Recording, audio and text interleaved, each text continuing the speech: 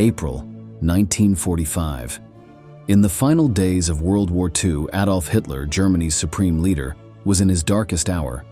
Locked in an underground bunker in Berlin, he could hear Joseph Stalin's Soviet armies drawing ever closer. Surrounded by advisors and generals, he distrusted them all, blaming them for being traitors and cowards. Yet, despite his force's shortage of soldiers, equipment, and fighting spirit, the Führer did not give up the war. He continued to believe that the Germanic Aryan man would emerge victorious over his enemies, but the reality of his situation soon came crashing down on him, leading him to make desperate decisions. Unos días antes de su suicidio, el 30 de abril de 1945, Adolf Hitler y Eva Braun destruyeron todos sus archivos. Hitler no quería dejar nada tras de sí. Today, in this new episode of Military History, we will learn about the documents that Hitler wanted to take to the grave, but that not even fire could destroy. Get ready to discover the last days of the Führer as you have never seen them before, and in full color.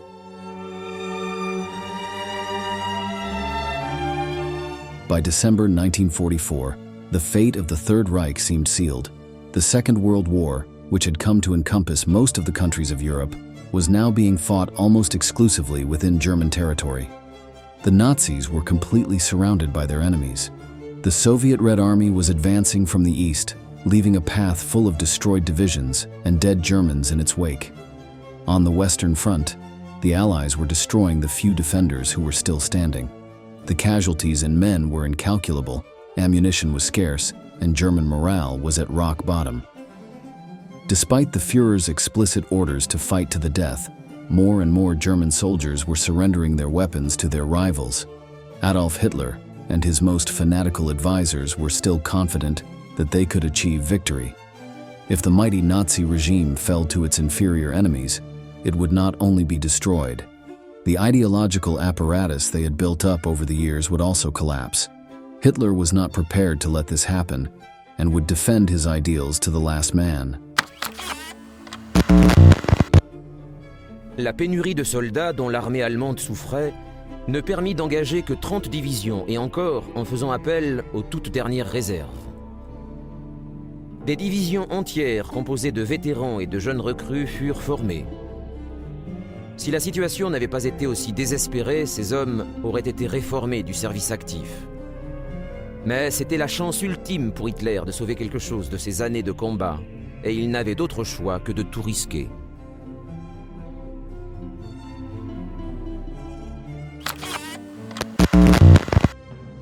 Despite the limited resources available to his armed forces, on December 16, 1944, Hitler launched a massive attack against Allied positions in Belgium, beginning the Battle of the Bulge. The Nazi advance took the Americans and British by surprise, as they believed that the Germans did not have the capacity to carry out such a maneuver. In the first few weeks, the fighters of the Western powers were forced to give ground, something that had not happened for months, and their armies ran the risk of being cornered. The fighting was brutal, with tens of thousands of soldiers dying in the clashes. Due to the terrible winter cold, any minor injury could cause gangrene, which often ended in the loss of the affected limb or even death. But as the days passed and the Allies strengthened their positions, the offensive lost strength. By the end of January 1945, the Germans had been defeated. The last Nazi attack of the war had failed. This marked the beginning of the retreat of the German armies and was an early announcement of the fall of the Third Reich. But even as the territory conquered in the previous years was liberated, Hitler did not lose his hopes of victory. However, all his plans for new heroic offensives were in contrast with the reality of his forces. His generals had begun to disobey him, since the orders that came to them could not be fulfilled due to their implausibility. As 1945 progressed, the Third Reich retreated further and further. When April began, everyone was watching what was happening in Berlin. The Soviets were heading there as quickly as possible, eager to be responsible for the final blow that would sink the Nazis. They knew at the same time that the Führer was in the capital, together with the rest of the German leadership, directing what was left of his forces. The United States and England, although based on German territory, had decided not to move their troops towards Berlin, but that did not prevent the city from being spared from their attacks. Bomber planes flew over the capital almost daily, dropping tons of incendiary explosives on the buildings. Millions of citizens saw their homes destroyed, and tens of thousands died buried in the rubble or burned by the bombs. The survivors had to move to shelters and basements, where they would wait for the end of the war. Adolf Hitler made the same decision, moving to an underground bunker in the gardens of the Chancellery. This place was shared with his trusted advisors, such as Joseph Goebbels, the Minister of Propaganda, and Albert Speer, in charge of weapons and war production. The generals responsible for the defense of Berlin were also there. Last but not least, there was a key but not so well-known player in Hitler's life, Eva Braun, his lover, who decided to accompany him in these desperate hours. Ella pensó, por fin voy a estar con él. Ese era el pequeño drama de Eva Braun. Era una romántica empedernida y mucho más joven que él. A lo largo de su relación con Hitler, solo tuvo miedo a una cosa, a perderlo. Es más, al principio de estar juntos intentó suicidarse. Hitler se asustó y siguió con ella. Así que, en cierto modo, para ella estar ahí con él era una forma de hacer oficial su relación. By mid-April, as Hitler listened to news of the Red Army drawing ever closer to the capital, he became unable to accept the reality of his situation. He demanded impossible movements from his units, urging them to advance hundreds of miles in just one day, or even forgetting that those divisions had been destroyed weeks earlier.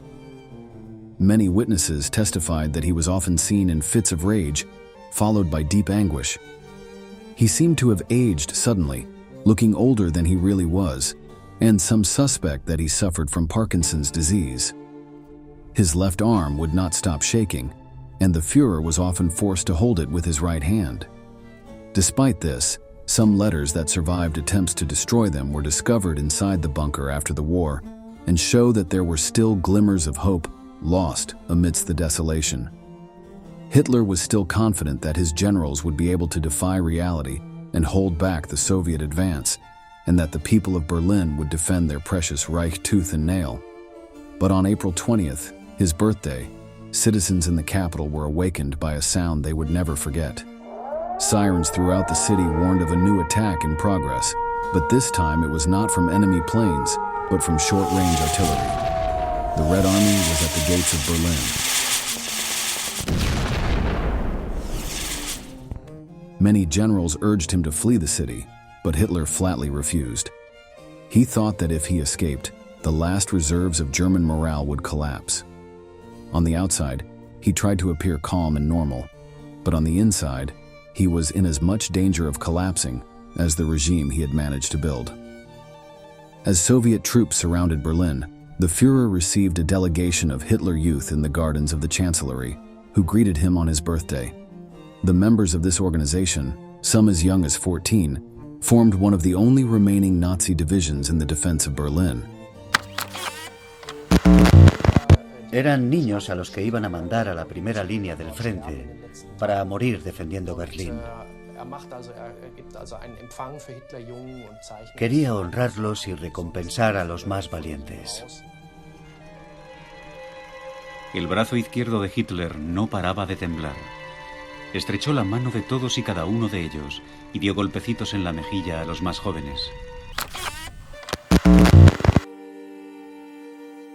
The night of the Führer's birthday ended with a ruthless gift from the Allies, the last air raid on Berlin.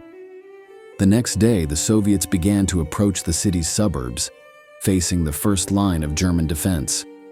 Both Adolf Hitler and Joseph Stalin knew the enormous symbolic value of the Reich capital. For both leaders, the war would be defined by the winner of this battle. The Red Army was ordered to concentrate its advance on the Reichstag building, which had been the seat of government before the Nazis came to power. The Russian soldiers did not know it, but just a few meters away stood Hitler, desperately planning his defense operations. The Germans were almost out of tanks, planes, or artillery pieces. They only had a few divisions left, mostly made up of teenagers or the elderly, and poorly equipped citizen militias. Hitler's orders to mount a counterattack seemed to be pure fantasy, and none of them came close to working. On April 22, 1945, he ordered that the armies led by Major Felix Steiner were were to break through the Soviet lines, but his generals made the impossible points of his final demand, as the officer did not have the men or the equipment necessary for such a mission. After this, the Führer completely lost what little calm he had left. He accused all his advisors and soldiers of being traitors and cowards, and stated that his people deserved whatever punishment the Soviets had in mind, since they were not true Germans. He ended his fit of rage by declaring, "All is lost, this is the end." According to letters from Eva Braun found after the war, this was the day she and Hitler decided that they would take their own lives. We can see the content of the message, addressed to her best friend, below. It shows us a reflection of the thoughts that ran through Eva Braun's mind as the end approached. Te enviaré mis joyas, y te ruego las distribuyas como pone en mi testamento. No puedo describir lo que siento y lo que sufro por el Führer. No logro entender cómo todo puede terminar así. Pero ya no puedo creer en ningún Dios. Me temo que se acerca el final. Muero como he vivido. Mantén esta carta en secreto hasta que te enteres de que ha llegado nuestro final. Sé que te pido mucho, pero tú eres valiente. On April 23rd, as the battle raged on, Albert Speer asked Hitler for permission to withdraw from Berlin and head for a safer city. The Führer regarded the war minister as one of his most loyal servants and felt personally betrayed by his request. Still, he gave permission to flee. At another time, he might have accused cowardice and imprisoned him, or even ordered him executed, but the Nazi leader felt so defeated that his response was more apathetic. These days, he had only Eva Braun and Joseph Goebbels in his inner circle. He felt that no one else could be trusted. This feeling was aggravated hours later. Hermann Göring, the supreme commander of the German Air Force, had been designated years earlier as Hitler's successor, if Hitler were killed or captured. During the first days of the Soviet invasion, after rumors of the Führer's possible surrender reached his ears, Göring decided that his time had come. He wrote a telegram to the German leader, informing him that if he did not show any signs of life by the evening of that same day, he would assume the role of Reich Chancellor. More than a betrayal, it was a misunderstanding, given the chaos that reigned in Germany at that time. Several witnesses stated that the commander really thought that the Führer had authorized him to take power. But some of Hitler's advisors, intimate enemies of Göring, presented their statement in a way that left no doubt of his disloyalty. Among them, the most prominent was Martin Bormann, the personal secretary of the German leader. This, added to his own paranoia, caused the Nazi leader to demand the immediate dismissal of the commander of the Air Force. Despite Göring's complaints, on April 25th, he was dismissed from the National Socialist Party and stripped of all his power. That same day, already thinking about the inevitable end, Hitler ordered the destruction of all his personal files. Fortunately, some were saved from fueling the flames. These letters and documents are an invaluable source of information about how the final days of the Third Reich were experienced. Estos documentos deberían haber sido destruidos, pero con la tensión de los últimos días fueron milagrosamente olvidados. Hitler mandó quemar todos sus archivos privados. Estaríamos hablando de una importante correspondencia que podría haber mantenido con jefes de Estado. También mandó quemar la totalidad de las notas de su Estado Mayor que estaban ahí. Así que pidió a su edecán Julius Schau que abandonase el búnker y fuera a quemar sus archivos a su piso de Múnich y a Berchtesgaden. Y Schau lo hizo.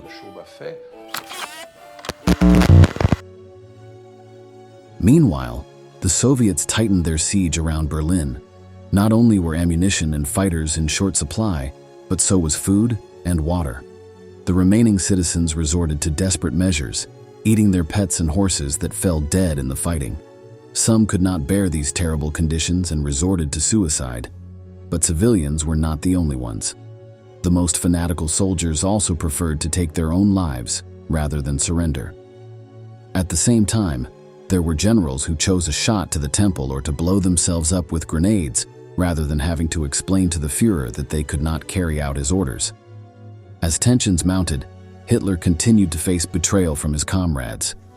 This time it came from Heinrich Himmler, the Minister of the Interior and Supreme Leader of the SS, the most important and brutal Nazi paramilitary organization. Considering the war completely lost, Himmler secretly attempted to negotiate peace with the Allies without consulting his Führer. The organization that Hitler's lieutenant led was responsible for some of the darkest atrocities of the entire war, including the massacres in the concentration camps. Himmler was aware that if Germany fell, his fate would be a death sentence. It was because of this that he sought a deal with the United States, where he would guarantee his life in exchange for ending the fighting. But the Allied Supreme Command not only refused his request, but announced it by radio. Thanks to this, on April 28, 1945, Hitler learned of Himmler's intention. He immediately flew into a terrible rage, calling it the vilest of betrayals. He even had Hermann Fegelein, the representative of the SS in Berlin, executed. Although he had been arrested for deserting the army, it was Himmler's actions that ended up condemning him.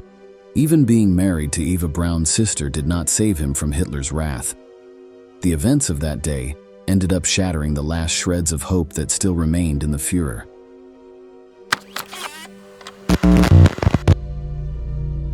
En la última conversación mecanografiada que conservó el oficial de prensa KlLLED, Hitler y Goebbels hablan sin mucha convicción de la situación militar. Si Ben consiguiera llegar. Voy a intentar echarme un poco. Despertadme solo si un tanque ruso se presenta delante del búnker, para que me dé tiempo a prepararlo todo. Ahora me toca a mí obedecer las órdenes del destino. Aunque pudiera salvarme, no lo haría. El capitán no abandona el barco cuando se hunde. The end was drawing near, and options were inexorably running out. On April 29th, Adolf Hitler and Eva Braun made a fateful decision. Knowing that defeat would come within days, they chose to face the end together. After a small ceremony, attended by Goebbels, Bormann, and only a few other witnesses, they were declared husband and wife. According to some close friends present in the bunker, the Führer saw this as a way to compensate Braun for her loyalty, being one of the few who had not abandoned him in his darkest hours. After the wedding, Hitler called his secretary to dictate his will. In what would be his final document, the Nazi leader did not show an iota of remorse for the atrocities committed in recent years. He continued to maintain racial superiority and his hatred of the Jewish people as the bulwark of his ideals. In the Führer's view, the failure of his 1,000-year Reich was due to the countless betrayals suffered by his jealous generals and advisors, and not to any fault of his own. As Hitler made his final statements, the Soviets were sweeping away the few remaining defenses in Berlin. They were only a few hundred meters from his bunker, but had no idea of its existence. Stalin was convinced that important German politicians had taken refuge in the Reichstag, so he ordered his soldiers that the main attack should focus on that building. But there they were met by fanatical squads of SS and Hitler Youth who did not accept that the war was lost. On April 30th, 1945, Hitler told the bunker members of the decision he had made with Eva Braun and gave the last orders he would give in his life. After his death, their bodies were to be completely cremated. He wanted to avoid the fate suffered by Benito Mussolini, the former Italian dictator and his ally in the war, whose body was publicly displayed and humiliated by his executioners. All documents present in the bunker, whether of a military nature or just personal letters, were to be burned. Nothing could fall into enemy hands. In the afternoon of that day, the Führer said goodbye to his cabinet, but not before telling them that surrender was not a viable option. At 3 p.m., husband and wife locked themselves in their private room. A few seconds later, a single shot rang out through the walls of the underground bunker. Hitler was dead. Los cuerpos de Eva Braun y Hitler fueron inmediatamente quemados en los jardines de la Cancillería, justo delante de una de las salidas del búnker. Al día siguiente, el 1 de mayo, Magda y Joseph Goebbels se suicidaron tras envenenar a sus 6 hijos. La Segunda Guerra Mundial terminó como había empezado, como quiso Adolf Hitler. Para pasar a la posteridad, eligió un final colectivo grandioso. Su muerte la decidió 48 horas antes de la entrada de los soldados soviéticos en el búnker, el 2 de mayo de 1945 a las 15 horas.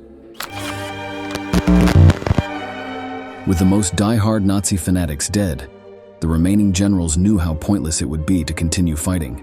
Negotiations with the Soviets quickly began, which would end on May 8, 1945. Germany surrendered unconditionally, with its soldiers completely devoid of fighting spirit finally dropping their weapons. After almost 6 long and bloody years, the war in Europe was over. Its greatest architect decided to take his own life rather than face his failure. Thanks to the witnesses who survived the end of the conflict and the documents rescued, we could learn how he spent his last days, wrapped in misery and paranoia, unable to control his anger, sadness, and frustration. But nothing seemed to indicate that even for a moment the Nazi leader felt guilt or regret for the evils he caused throughout the world. We have reached the end of the video, and we want to ask you, do you think there was any way to reverse Germany's situation during these final days? Leave us your answer in the comments box below, and don't forget to subscribe to our channel to learn about many more military events that left their mark on history.